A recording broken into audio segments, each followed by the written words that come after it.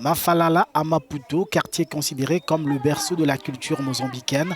Ici sont nés deux présidents, Samora Machel et Joaquim Chissano, le footballeur légendaire Eusébio da Silva et le poète José Craveirinha. Un musée a été créé par l'association Iverca il y a 3 ans pour tenter de préserver cet héritage. Pour nous, Mafalala est un quartier qui est en fait un musée vivant. Cette infrastructure fait partie ou complète le quartier lui-même.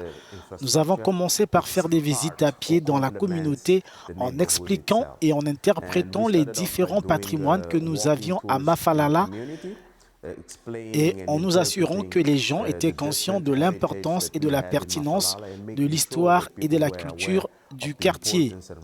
En sus, vous avez une diversité culturelle très intéressante qui est présente à Mafalala. Presque toutes les ethnies et toutes les langues parlées au Mozambique sont également présentes dans cet espace.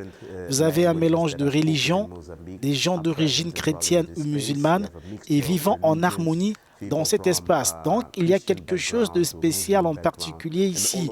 Et c'est la raison pour laquelle ce lieu est historique.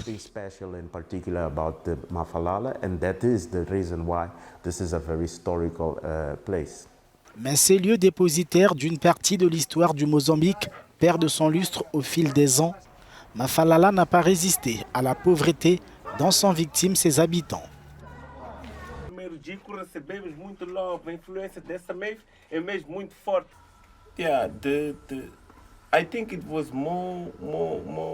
Je pense que le quartier était plus influent il y a quelques années. Aujourd'hui, il a perdu de son pouvoir du fait de la pauvreté. Les habitants ne s'inquiètent pas de faire de la musique ou, s'ils en font, ils commencent puis laissent tomber parce qu'ils ont d'autres priorités. D'une manière générale pour le pays, Mafalala était un lieu de la création de la musique.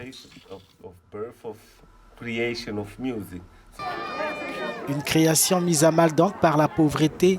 Les habitants de Mafalala disent ne pas avoir de moyens financiers pour rendre manifeste leur immense talent artistique.